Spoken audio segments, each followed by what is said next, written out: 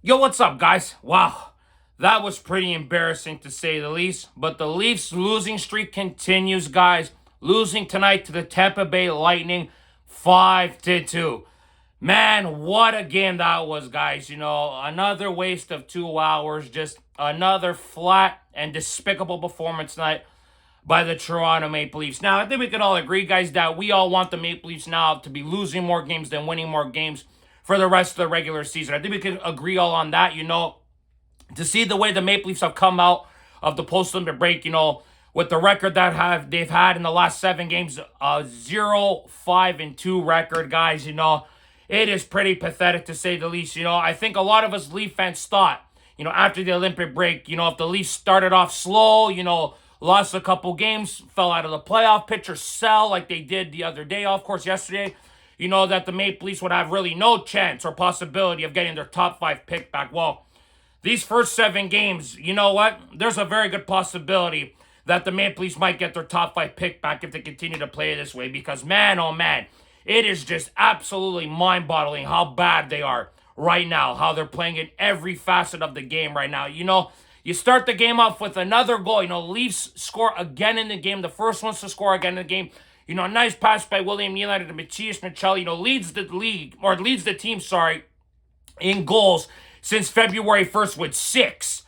So that goes to show where the Maple Leafs are right now. That Matthias Michelli is leading the Leafs in scoring right now with 6 goals since February 1st. He's on a 5-game point streak. He's got 3 goals, in his last 5 games. So really good for Matthias Michelli. But just like similar to the Ottawa game last week, the Maple Leafs decided, after that goal, we're going to wrap it up with offense for the rest of the game until near the end of the third period, of course, because Tampa Bay just absolutely dominated the Leafs for the rest of that first period after the Leafs had made it 1-0. It was absolutely insanity to me how easily Tampa dominated the Leafs and how easily the Leafs were handing them their own end multiple times in that first period. That first goal of Jake McCabe off his skate there from the shot by McDonough. Like I said in previous videos, Jake McCabe has had a real rough go of it the last few months, has not been good for the Leafs, and it continues to show in this game today with that goal going off his skate and going in to tie it up at 1-1 there, guys. And then after we see another goal, of course, Tampa Bay, and Nikita Kucherov, what a player this guy is, his 4th straight season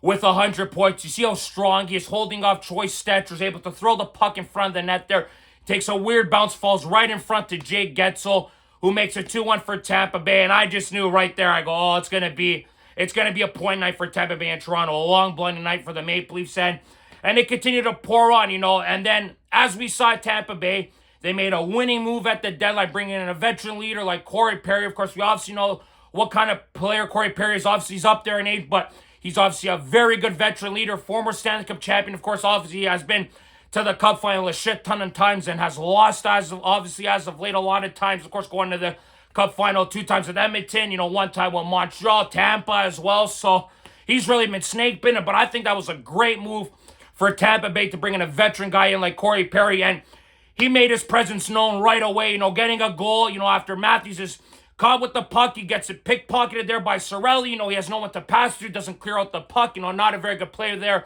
by Austin, of course. Tampa's able to get the puck in front, and Perry's able to bury it for his first goal back with Tampa Bay. It's like incredible to me how I watch winning teams like the Tampa Bay Lightning make smart moves. I bring in a guy like Corey Perry, and then when the Leafs have a possibility of making a good move or a right move, are in a good position like last year being first in the division, we end up making stupid moves and it ends up biting us in the ass. And then you see teams like Tampa Bay, Colorado, Florida, obviously, in the past, of course, make smart deadline moves and it ends up paying dividends. And us Maple Leaf fans just have to watch the other team's deadline moves succeed, as always, with Corey Perry getting another goal there.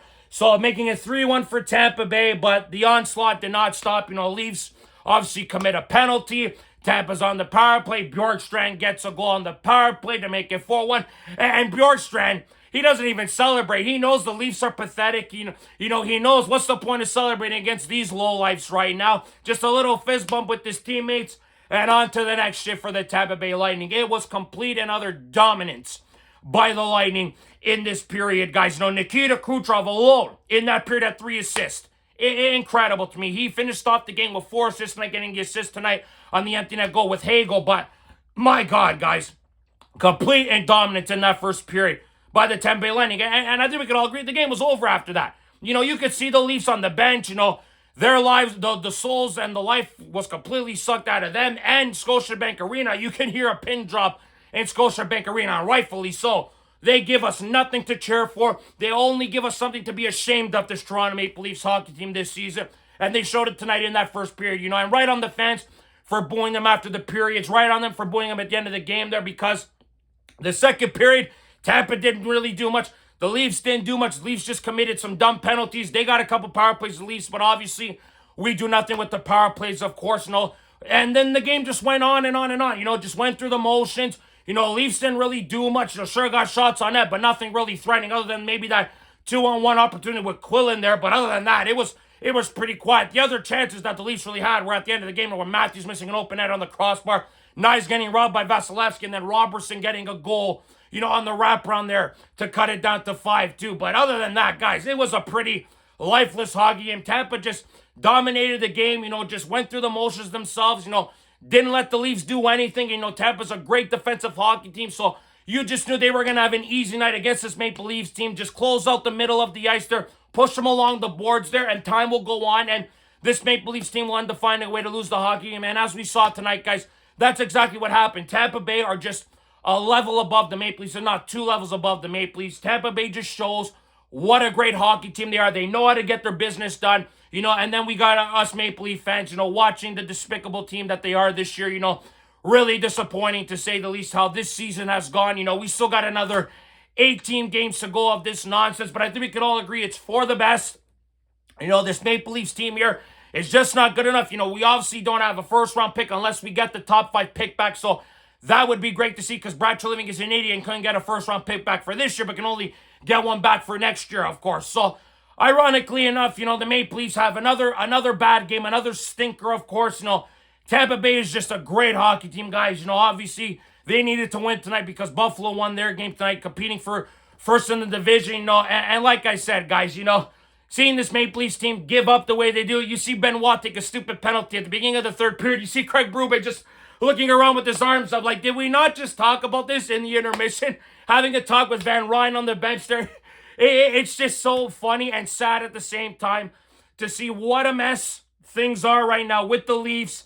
To see what a mess are with things are with upper management. I love what Luke Fox asked Treliving yesterday. Why didn't you get the Leafs top 10? Why didn't you get the Leafs draft pick protected top 10? He's like, oh, we tried. He's like, well, why didn't you try harder? He's, oh, we pushed. Oh, well, that's ironically what the Maple Leafs do. Oh, we tried. We pushed.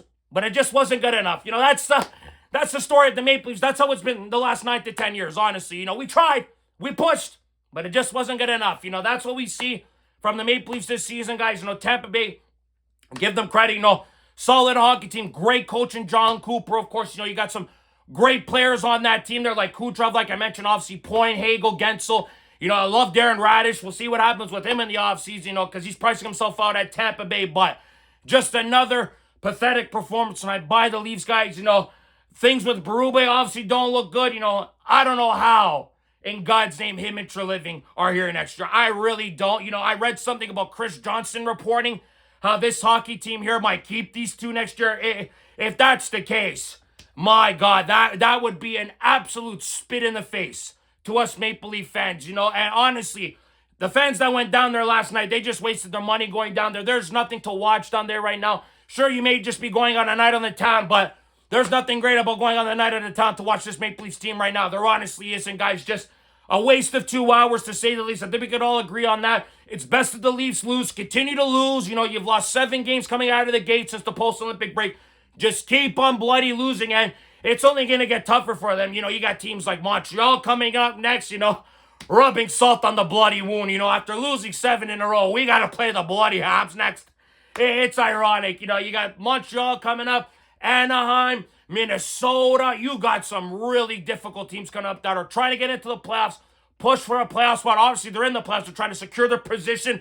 This Maple Leafs team, guys, I don't know how many wins they're going to have the last 18 games of the season. Maybe 3. Maybe 2, I don't know. But listen, at the end of the day, like I said, it's for the best.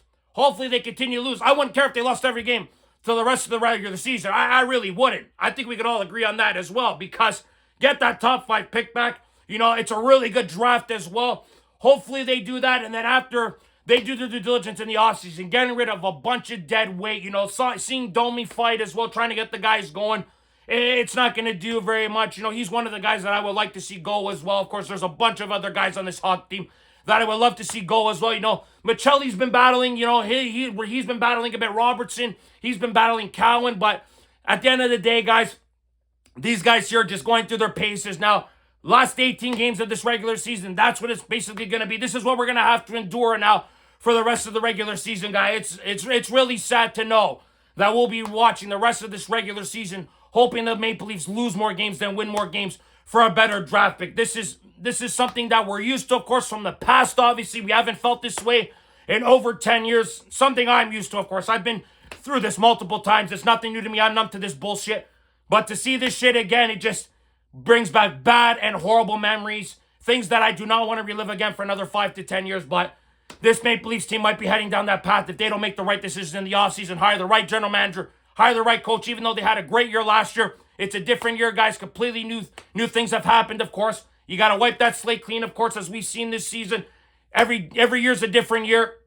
And this year is not the year that we envisioned compared to last season, of course, after winning a division, guys. The Maple Leafs, only 2 wins, in 20 games. They haven't won a regulation game, only 2 times in 20 games. Haven't won a game since like February 3rd. It's ridiculous, and honestly is, guys. It's sickening to say the least. Really sad to see how this Maple Leafs team is. Love to hear your guys' thoughts and opinions on this game tonight, guys. So like this video, subscribe if you guys want to see more content. Go Leafs, go as always, guys. See you guys on the next episode of Leafs Unfiltered. Ciao, guys.